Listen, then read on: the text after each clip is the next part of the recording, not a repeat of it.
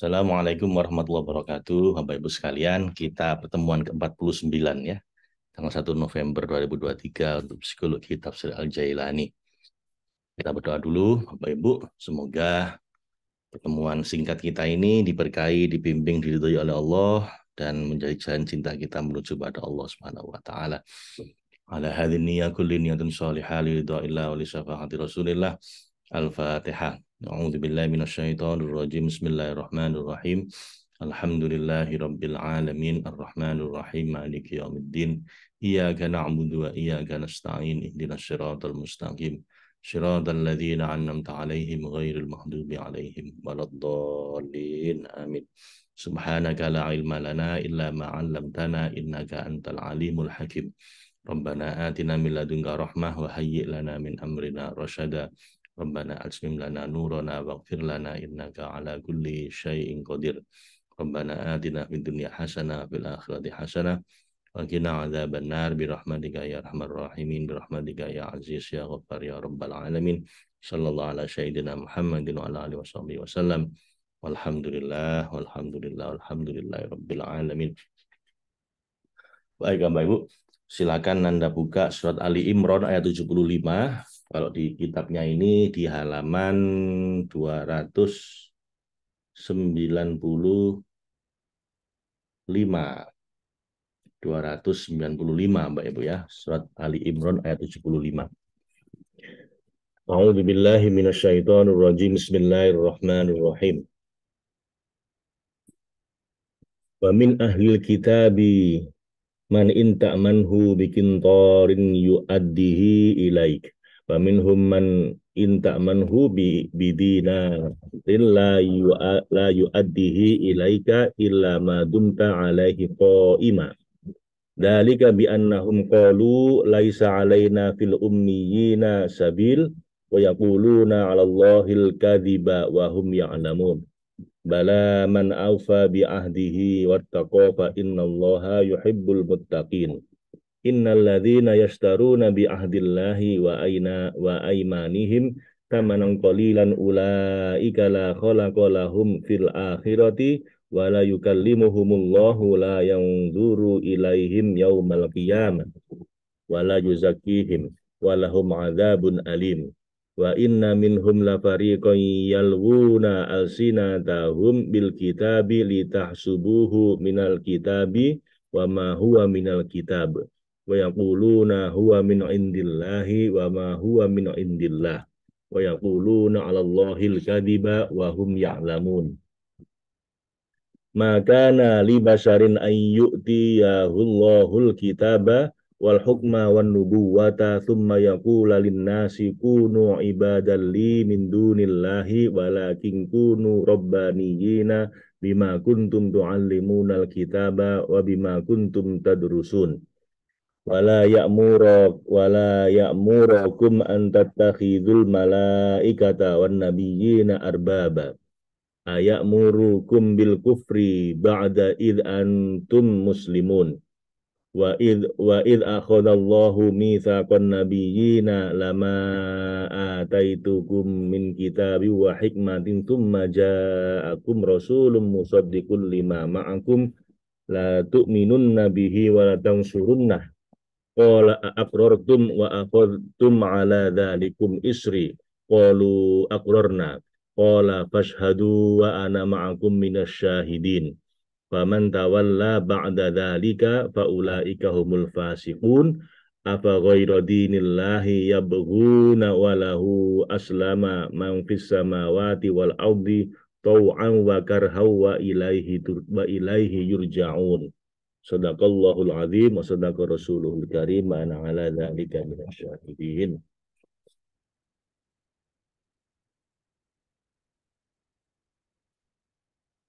Wa min wa min ahlil kitabi man in ta'manhu, dan di antara bukti adanya perbedaan kapasitas atau isti'dad dan berlainannya potensi bawaan qabiliyah fitriyah dalam diri masing-masing hamba Allah adalah ketika engkau tahu bahwa di antara ahli kitab itu ada orang yang jika engkau mempercayakan padanya dengan penuh kepercayaan berupa bikin torin, harta yang banyak, yang berlimpah, yu'addihi ilaik, dia akan mengembalikannya padamu, sama seperti engkau menyerahkan harta itu padanya, tanpa mengubah atau mengkhianati.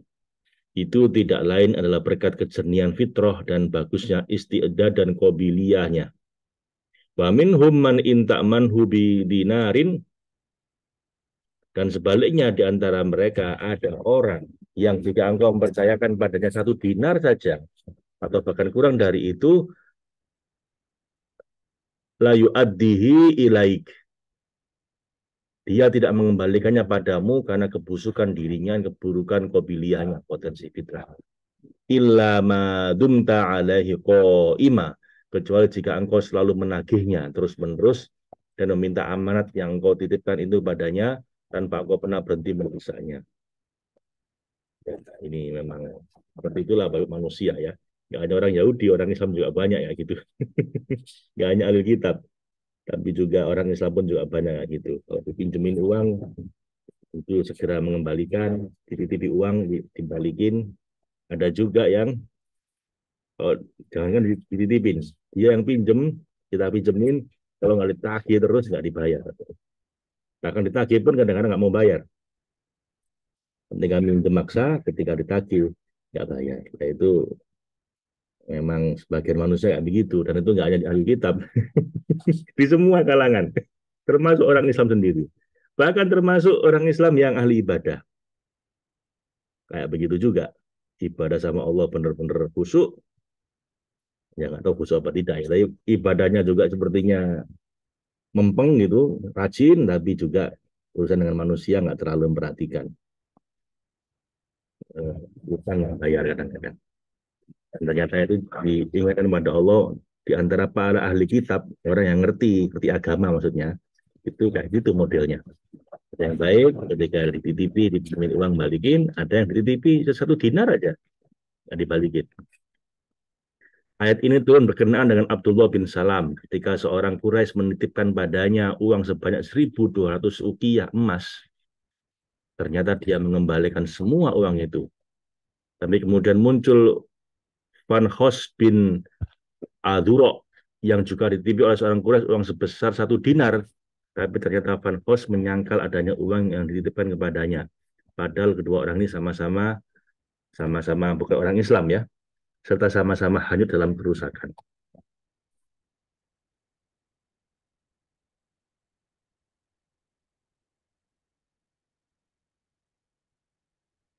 Dzalika bi'annahum, yang demikian itu kan itu yakni perbuatan sebagian orang Yahudi seperti Van Hos itu adalah lantaran mereka menghalalkan harta orang-orang tidak seagama dengan mereka.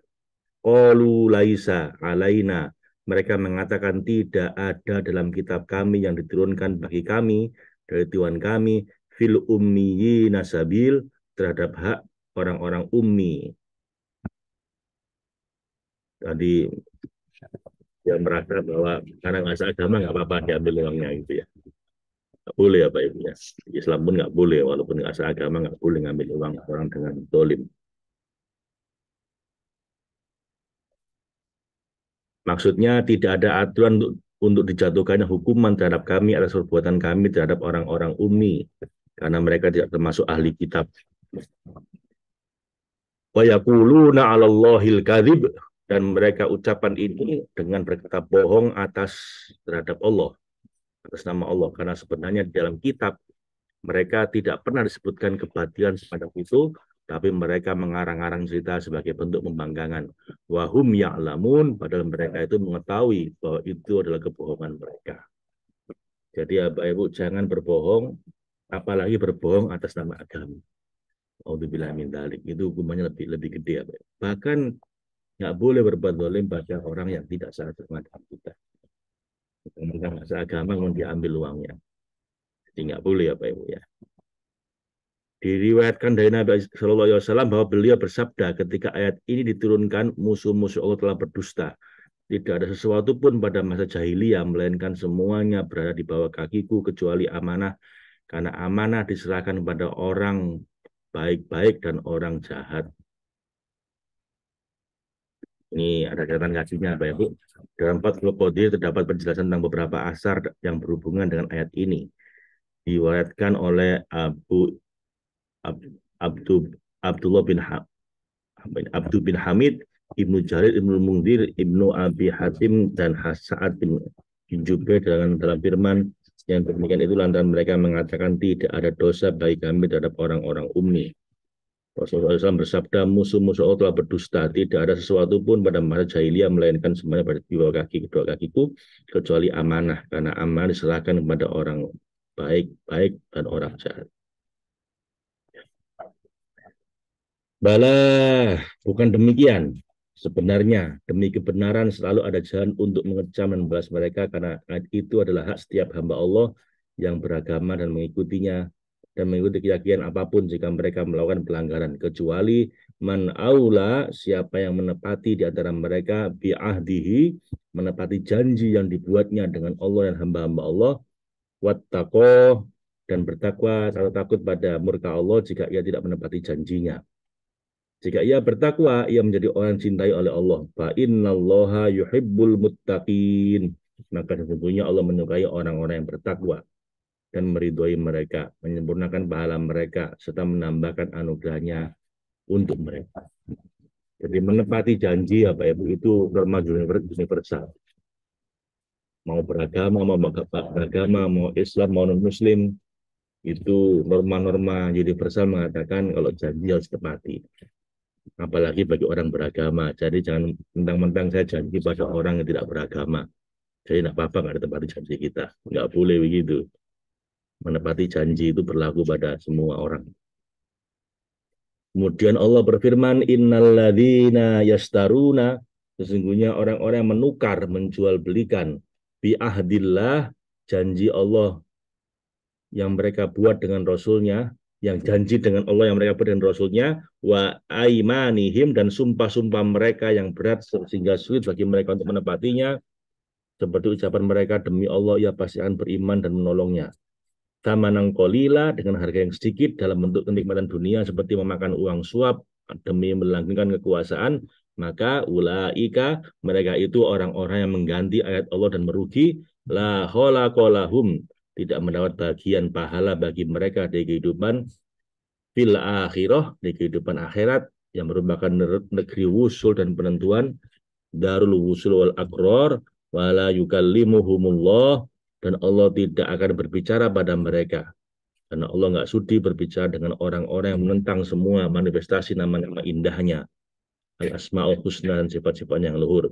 Wala yang zuruna ilaihim yaumal qiyamah, dan Allah nggak mau melihat pada mereka di hari kiamat dengan pandangan rahmat sehingga terpancarlah cahaya keesaannya yang keluar dari alam al-ama, yang merupakan kelompok terbanyak as-sawad al-azam yang dinyatakan dalam hadis Rasulullah SAW pada permukaan cermin hati mereka, wala yuzakihim, dan Allah tidak pula menyucikan mereka, tidak akan memuji atau menoleh pada mereka.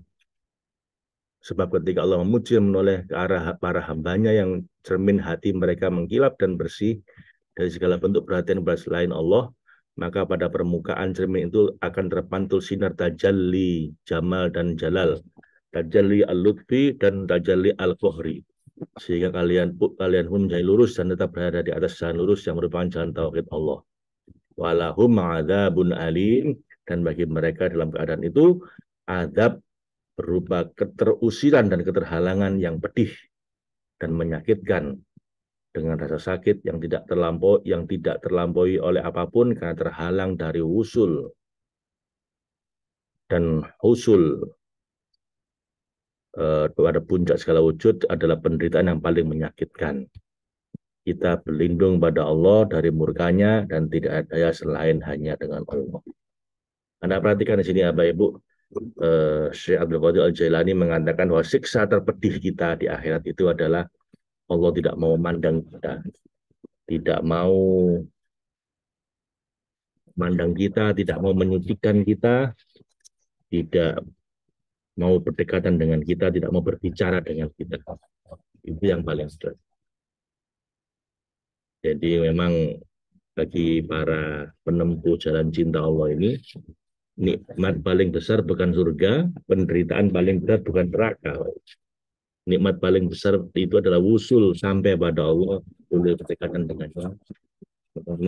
Siksa yang paling berat adalah jika Allah menjauhi kita, nggak mau bicara sama kita, nggak mau melihat kita, dan tidak mau menyucikan diri kita untuk berdekatan dengannya. Ya, memang ini tafsir untuk para pejahat kita ya. Beda dengan tafsir umum kalau disebutkan siksa terpedih ya neraka, dipukulin, dikebukin, dibakar di neraka gitu kan. Nikmat terindah adalah surga dengan bidadari, dengan makan yang enak gitu kan. Di tafsir ini surga sejati adalah berdekatan dengan Allah, wusul padanya, sampai padanya. Sementara neraka terberat adalah jika kita nggak dipandang sama Allah, nggak diajak ngomong sama Allah, dan tidak disucikan sehingga tidak bisa berdekatan dengannya. Ini hanya bisa dipahami oleh para pecinta, Bapak Ibu. Para pecinta itu siksa terberatnya adalah kalau nggak boleh berdekatan dengan yang dicintai. Kalau nggak boleh, kalau yang dicintainya nggak mau melihat dia itu paling berat, nggak mau ngomong sama dia itu paling berat. Bukan bukan hal yang lain. Ini memang kan tafsir para pejahat cinta, ya. Kita berlindung pada Allah dari murkanya. Anda lihat, bukan berlindung dari neraka loh, dari murkanya. Jadi kita berlindung dari kemarahan Allah, bukan dari nerakanya. Karena bagi para pecinta Allah ini, neraka nggak ada apa-apanya dibanding kemarahannya Allah. Dan la haula wala quwata illa billahil aliyyil azim. Tidak ada kekuatan kecuali ditolong oleh Allah. Wa inna minhum, sesungguhnya di antara mereka disebabkan begitu besarnya kebencian dan rasa permusuhan mereka terhadap Rasulullah SAW, la fariqon, ada satu golongan kelompok orang yang mengubah nama dan ciri-ciri beliau yang tercantum di dalam Taurat dengan tujuan menipu serta menyebar kepalsuan pada kalangan awam agar mereka sesat. Yalwuna, mereka itu memutar-mutar, mengulurkan alsinatuhum, lidah mereka terhadap ayat yang sudah dipalsukan itu, bil kitabi litah subuhu, memalsukan kitab supaya kalian menyangka yang dibacanya itu, dan agar orang-orang yang mendengarnya juga menyangka bahwa itu minal kitab, bagian dari Alkitab. Wama huwa minal kitab, dan padahal itu bukan bagian dari kitab yang diturunkan oleh Allah, baik nas penjelasan maupun takwilnya. Wa yaquluna, dan seiring dengan itu mereka tetap menipu dan mengatakan huwa min indillah, bahwa ini diturunkan dari Allah. Jadi mereka memalsukan itu dan mengatakan bahwa itu diturunkan dari Allah. Wa ma huwa min indillah, padahal ia bukan dari sisi Allah, melainkan dari jiwa mereka yang busuk serta bisikan hawa nafsu mereka yang batil dan selalu mabuk kedudukan dan kekuasaan. Wa yaquluna, dan untuk menyebutkan kebatilan mereka, mereka berkata tentang semua kebohongan itu dengan melakukan alallahil kadhiba, dusta. Mereka melakukan dusta terhadap Allah, berbohong atas nama Allah. Wahum ya'lamun, padahal mereka itu ngerti dengan penuh keyakinan bahwa semua itu adalah kebohongan yang mereka buat-buat disebabkan kesombongan dan pembangkangan mereka. Dengan segala pengakuan mereka atas iman, tauhid, kitab, dan rasul, serta anggapan mereka bahwa agama dan syariat yang benar hanyalah agama dan syariat mereka, para ahli kitab itu pun tidak memahami dan tidak mengerti bahwa seorang manusia, meskipun ia diutus, diturunkan, dan diistimewakan dengan berbagai anugerah agung serta sifat yang indah, ia tetap tidak dapat sama sekali terlepas dari sifat-sifat basoriyah, sifat-sifat kemanusiaan. Maka bagaimana mungkin dapat berubah menjadi Tuhan?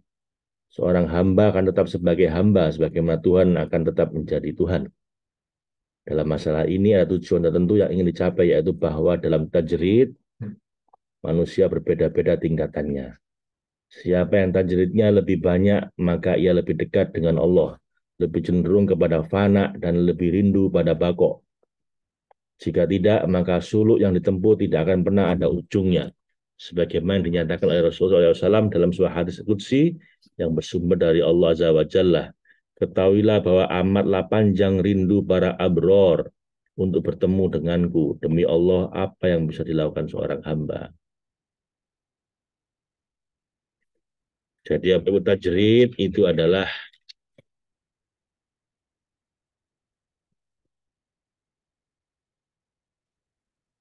menarik diri dari segala selain Allah.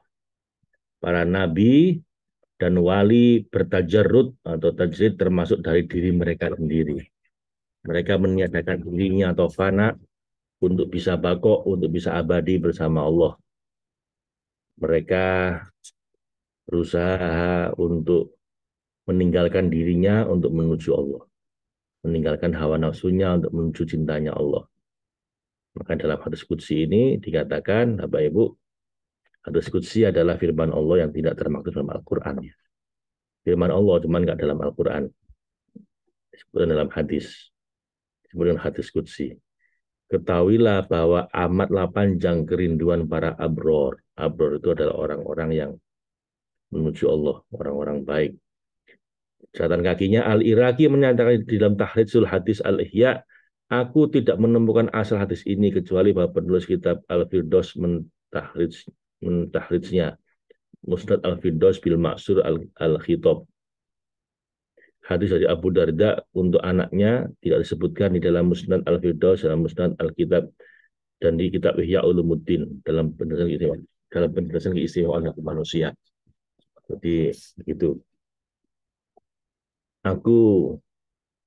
Jadi ketahuilah bahwa para abror, orang-orang yang berbakti pada Allah itu sangat merindukan Allah untuk bertemu dengan Allah.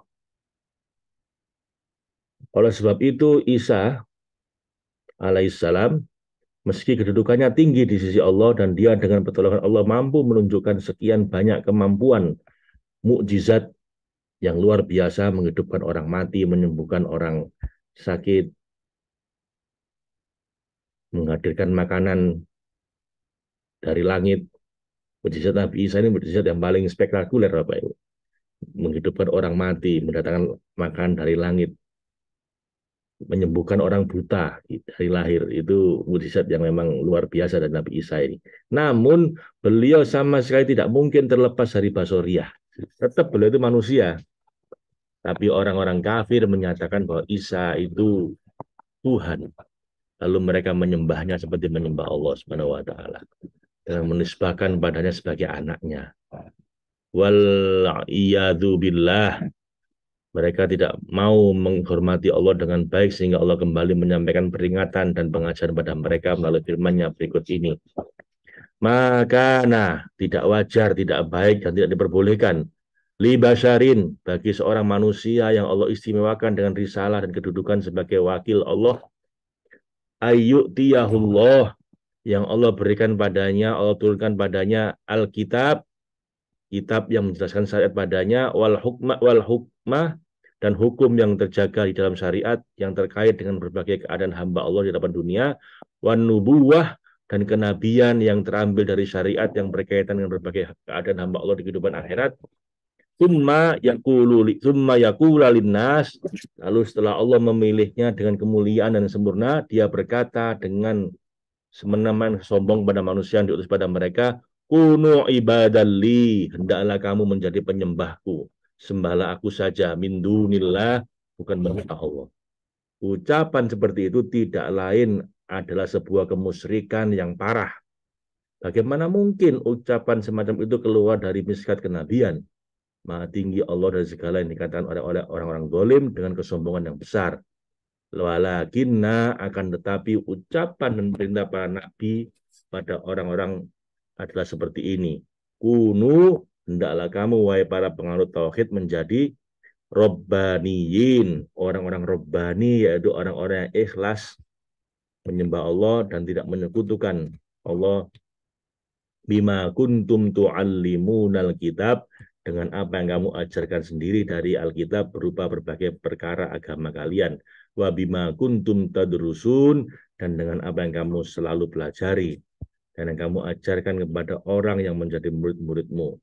Tidak ada yang Allah perintahkan dan wahyukan kepada para nabi selain yang seperti ini. Jadi nggak mungkin nabi itu minta para pengikutnya menyembah dia. Mau sedahsyat apapun mukjizat yang bisa dia hadirkan, nabi hadirkan, para nabi itu tidak mengajak orang-orang untuk menyembah dia, tapi para nabi itu mengajak orang-orang untuk menyembah Allah. Mukjizat yang dihadirkan itu hanya untuk meyakinkan orang-orang yang ragu agar mau percaya pada sang nabi dan menyembah Allah. Tapi ini di apa? Disimpangkan oleh para pengikut palsu nabi ini, lalu para pengikutnya itu malah mengajak orang-orang menyembah nabi. Nah, ini yang bahaya, Pak Ibu. Wala ya'murakum, dan tidak wajar pula bagi para nabi menyuruh kamu untuk menyesatkan kamu, sedangkan dia adalah pemberi petunjuk. Seperti menyuruhmu an tattakhidul malaikata wan nabiyina arbaba, untuk menjadikan malaikat dan para nabi yang diutus padamu dari hadirat Allah melalui perantara malaikat itu sebagai Tuhan-Tuhan yang keberadaannya independen. Ayak murokum, patutkah dia nabi yang diutus untuk menyampaikan petunjuk ke jalan tauhid, menyuruh kamu, memerintahkan kamu untuk bil kufri, untuk berbuat kekafiran dan berbuat syirik. Ba'da idza antum muslimun, setelah kamu menjadi muslim dan bertauhid dengan risalahnya. Tidakkah kalian berpikir? Nggak mungkin Nabi berbuat seperti itu. Wa id akhadallah, dan katakanlah wahai Rasul yang paling sempurna pada orang-orang yang menentangmu dari kalangan ahli kitab, ketika Allah yang Maha mengurus semua urusan hambanya, mengambil mitsaqon nabiyyin, mengambil perjanjian dari para nabi berupa perjanjian yang teguh dari mereka terkait pelaksanaan penjagaan terhadap lama ataitukum, terhadap apa saja atas semua hal yang aku berikan padamu sebagai anugerah untukmu, min kitabin wa hikmatin, berupa kitab yang menjelaskan padamu dan umatmu hukum-hukum yang jelas mengenai muamalah, dan hikmah yang akan membuat kamu dan mereka dapat memiliki akhlak mulia yang mengantarkan menuju tauhid zat. Wa thumma ja'akum, kemudian Allah juga mengambil janji darimu bahwa ketika datang padamu dan kepada umatmu rasulun, seorang rasul yang diutus dari hadiat kami dengan mengemban tauhid zat, musaddiqal lima ma'akum, yang membenarkan apa yang ada pada kamu berupa tauhid as-sifat dan tauhid al-af'al Allah. La tu'minun nabih, niscaya kamu akan sungguh-sungguh beriman padanya, dan kamu pasti akan menyampaikan kepada umatmu untuk beriman padanya serta membenarkannya. Wala tangsurunnah, dan kamu serta umatmu tidak akan merasa cukup hanya dengan memiliki iman dan pembenaran, melainkan juga akan menolongnya dengan apa yang diembannya, yaitu tauhid zat, karena tempat kembali semua agama samawi dan ajaran hanyalah kepadanya. Itulah sebabnya penurunan wahyu dan pengutusan para rasul ditutup dengan diutusnya Rasulullah SAW setelah mengambil janji. Qala aqrartum, Allah berfirman dengan menyampaikan kalimat tanya yang digunakan untuk mempertegas. Apakah kalian mengakui, wahai para nabi? Wa akhortum, dan mengambil dari umat kalian menjadi pengikut kalian, ala dzalikum, terhadap yang demikian itu, yakni janji dan sumpah kalian, isri, perjanjianku, yakni janjiku yang berat yang akan mendatangkan azab dan petaka jika dilanggar. Qalu aqrarna, dan para nabi itu menjawab, kami mengakui janjimu ya Allah dengan penuh ketaatan, dan kami juga telah mengambil janji dari umat kami. Qala fashhadu, maka Allah berfirman, saksikanlah, jagalah semua perjanjian dan jangan melalaikannya. Wa ana ma'akum minasyahidin, dan aku menjadi saksi pula bersama kalian yang hadir dan melihat untuk menjaga dan melindungi kalian. Faman tawalla, maka barang siapa yang berpaling atau mengabaikan kamu, ba'da dzalika, sesudah dibuatnya perjanjian yang kokoh itu, faulaika, maka mereka itulah orang-orang yang berpaling. Humul fasikun, orang-orang fasik yang keluar dari jalan tauhid zat yang menghimpun semua jalan.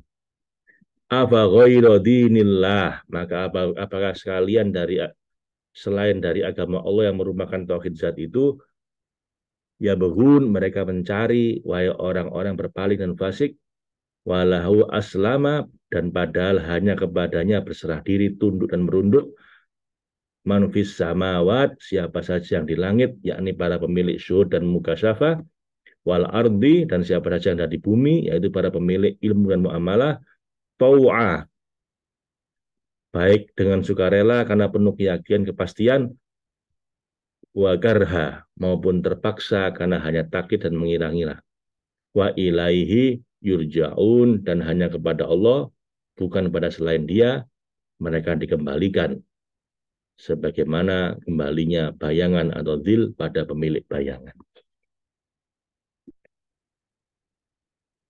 Kul, katakanlah wahai Rasul yang paling sempurna dengan singkat, padat dan jelas, amanna kami beriman, tunduk dan yakin billah kepada Allah yang Maha Esa, Maha Tunggal, Maha Sendiri, Maha Bersendiri dan dengan kepastian dan wujud hakiki, wa ma unzila alaina dan kami membenarkan apa yang diturunkan kepada kami dari hadirat Allah berupa kitab yang menjelaskan tauhid, wa ma unzila dan apa yang diturunkan pula pada masa lalu ala Ibrahim wa Ismaila wa Ishaqa wa Yaquba wal asbat kepada para pendahulu kami yaitu Nabi Ibrahim, Nabi Ismail, Nabi Ishak, Nabi Yakub dan asbat yaitu anak-anak dan cucu-cucu keturunan Nabi Yakub.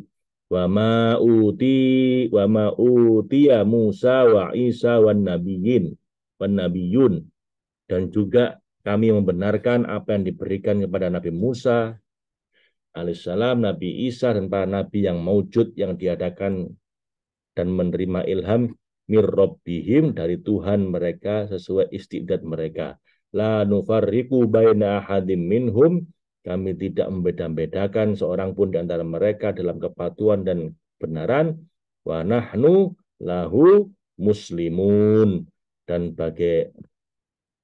bagaimana kami membedakan dan mengistimewakan sebab kami yang menganut agama Allah yang bertajalli di seluruh cakrawala kepadanya sesuai dengan kesendirian, kemeliputan, ketampakannya di seluruh manifestasi dengan segala sifat dan namanya yang tidak ada perbedaan sama sekali.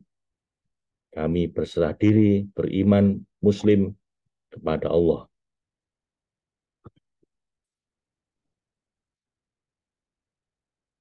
Wa may yabtaghi ghairal islami dina falan yuqbala minhu wa huwa fil akhirati minal khosirin.